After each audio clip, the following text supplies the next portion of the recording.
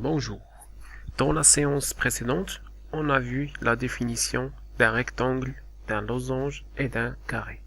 On a dit que ces trois figures représentent ce qu'on appelle les parallélogrammes particuliers. Ça veut dire que ce sont des parallélogrammes, mais avec des cas particuliers.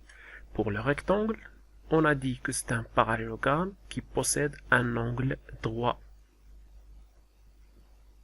Pour le losange, c'est un parallélogramme qui a deux côtés consécutifs de même longueur. Regardez, premier côté, le côté consécutif à ce côté a la même longueur, la même chose.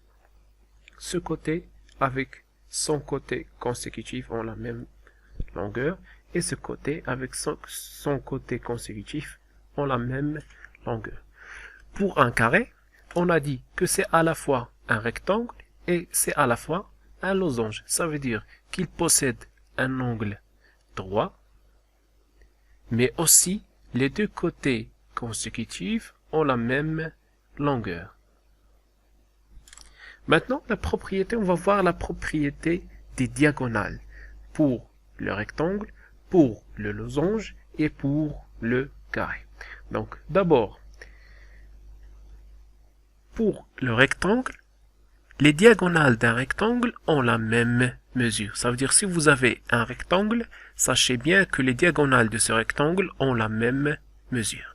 Deuxième chose, pour le losange. Alors pour le losange, les diagonales sont perpendiculaires. Et quand on dit perpendiculaire, c'est pas forcément la même mesure. Ils sont juste perpendiculaires. Donc les mesures sont différentes. Troisièmement, pour le carré,